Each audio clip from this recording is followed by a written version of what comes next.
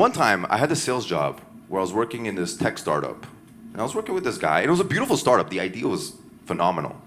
It was digital menus. So you download the app, and you can go to any restaurant that you want, and it'll have its menu with all the pictures. Because sorry, jazz club, but there's a lot of menus don't have pictures, right? So you don't have a visual. So the app, what it was going to do is that on this app, you can see every single picture. And statistically speaking, menus with pictures have a higher conversion rate in terms of what they sell, especially appetizers, desserts. We eat with our eyes first, then we eat with our mouths. So I thought, oh my God, this is going to revolutionize the world. You can call your waiter.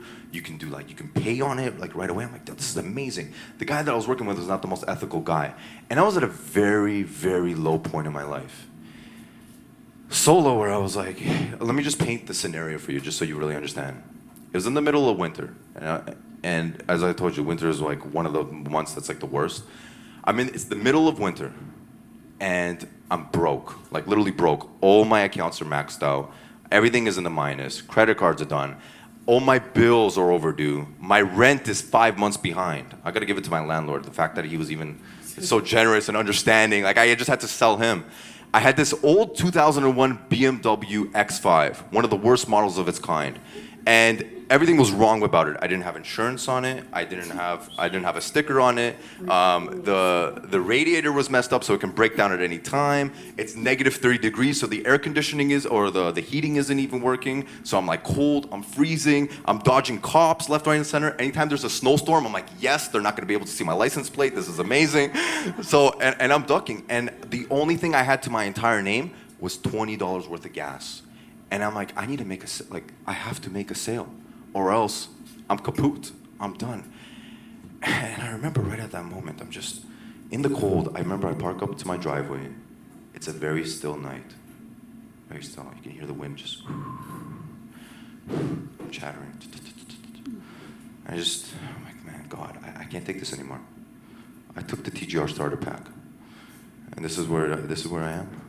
And I remember just putting my head onto the steering wheel. God, please help me out with this. Give me a sign or something. Give me some strength. I can't be doing this anymore. Like I can't. Now, life is all about perspectives. It really is. Like take something so evil and disgusting as procrastination, right? Horrible. Napoleon Hill listed as the top reason why people fail. Horrible, horrible thing.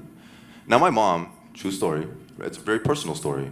My mom, while she was pregnant with me, wanted to abort me 3 times. Nothing personal. She didn't know me. It's not like she's like, Nathan, I'm gonna put the gauntlet on you. No. It was just like, listen, women, you probably had this situation, right? You're just like, listen, it's not time. I'm not ready to have the baby, whatever the case may be.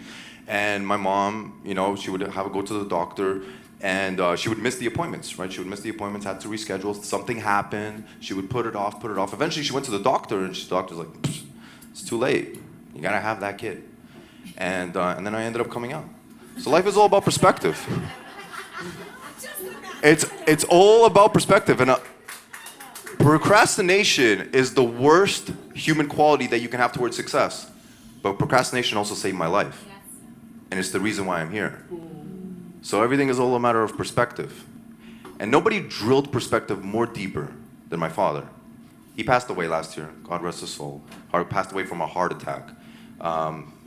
And in my dad's lifetime, he had 4 near-death experiences. Not 1, not 2, 4.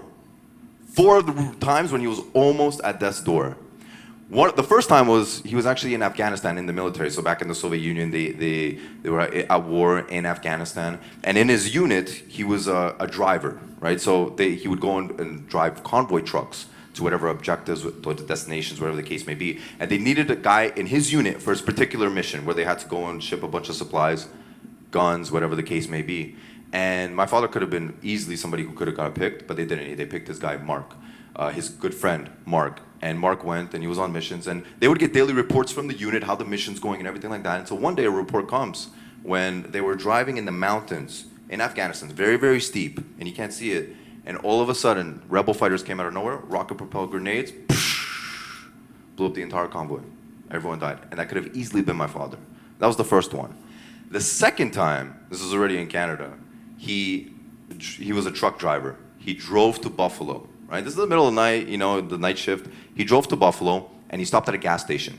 When he was at the gas station, he went to pay for his gas, and then afterwards he came back to the truck, and there was a hijacker. Like he literally, with a guy with a gun, came up to him. He says, "Hey man, give me all your money right now." He's like, "I don't care. I'll leave you where you are right now. Give me all your money.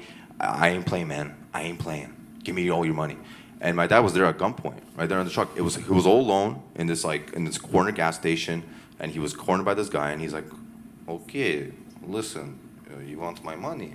No problem, no problem. Listen, I am from Canada, so I don't have American money, but I do have Canadian money. Does that work?" He's like, "Yeah, man. Give me everything you got, man. Give me everything you got. I ain't playing around, man." Okay, my brother's like, "Okay, no problem, no problem." He goes into his truck, grabs a fat roll, and hands him over. He says, "Okay, here's Canadian money." He gives him a fat roll, like a big roll of cash. The guy looks like, "This is Canadian money?" He says, "Yeah." He's like, "But it says it says Canadian Tire on it." He's like, "Yeah, that's our money." He's like, "Well, that's your prime minister?" He's like, "Yeah, that's our prime minister." He's like, okay, man. You don't tell anybody about this. You don't tell anybody about this, huh?" He's like, "Oh, don't worry. Your secret's good with me." So he goes and gives him a whole roll of Canadian Tire money. The guy didn't know any better. So that was the second time. The third time was something a little bit more profound. The third time, my father, he had this really bad, nasty disease. It was called Crohn's disease. Anyone hear of Crohn's disease? Very nasty intestinal disease. And one time he had a really super, super bad outbreak. Horrible. And he got to get rushed to the hospital. They were doing the operation on him. And while they were doing the operation, his heart stopped for about a minute or two. So he was clinically dead for about a moment. Good news was that they were able to revive him. They revived him. They finished the operation. Everything was a success. Everything was great. Afterwards, when my father woke up, doctor goes up to him. He says, "Hey, Alex, just wanted to let you know that first and foremost, the operation was a success. But legally speaking, we have to actually let you know that at one point you were actually dead." Now this is illegal. Can you imagine a doctor? He goes to court. He just saved somebody's life. He just did the most honorable thing, and then for whatever reason, he doesn't tell the guy, and then he's actually in court, and then they're like, "Well, what are you here for?" "Well, I did all these good things. I saved this guy's life. I helped out his entire thing. I basically saved his family as well from a bunch of distress, but I forgot to tell him." Okay, 20 years. No, I'm just kidding. But imagine. But anyway, so legally speaking, we have to let you know that at one point you were dead. And my father recalled the entire experience. You can't mistake something like this. You just can't. And it was only years later, and it was funny enough, right over that time when I was in that BMW, and I'm like, damn, I don't know what's going on with my life. My father told me this unconsciously. He didn't even know that I needed to hear this, but I did. And he told me, he says, there is a light. He says, at that moment, when you're heading towards the presence of your maker, now whatever you want to call it, whatever beliefs you hold about it, that's between you and the Supreme. But there is a creator. And he says that at that moment, when you're with your creator, he says, all these small things that you made such a big deal.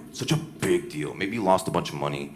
Maybe somebody broke your heart. Maybe, somebody cut you off in traffic. Like, whatever the case may be, you left school. You're like, oh my God, this is the end of my world. Oh my God, this is going to be horrible.